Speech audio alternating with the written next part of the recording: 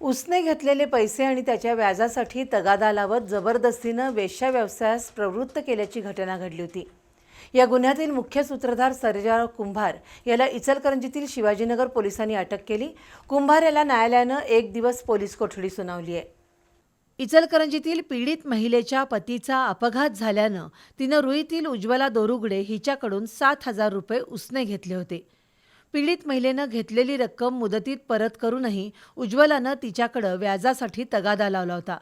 त्यातूनच तिनं सर्जेराव कुंभार याच्या हॉटेलमध्ये पीडितेला जबरदस्तीनं कामाला ठेवलं आणि शरीर विक्री करण्यास भाग पाडलं।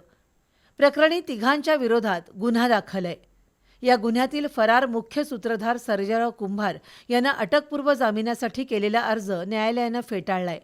त्यामुळे शिवाजीनगर पोलिसांच्या पथकानं कर्नाटकातून कुंभार याला अटक केली। कुंभार याला न्यायालयानं 1 दिवस पोलीस कोठडी सुनावली आहे। तर पोलिसांनी या गुन्ह्यातील उज्ज्वला दोरुगडे, विनायक पोवार आणि युनुस गवंडी या तिघांना यापूर्वीच अटक केली असून ते तिघेही सध्या न्यायालयीन कोठडीत आहेत।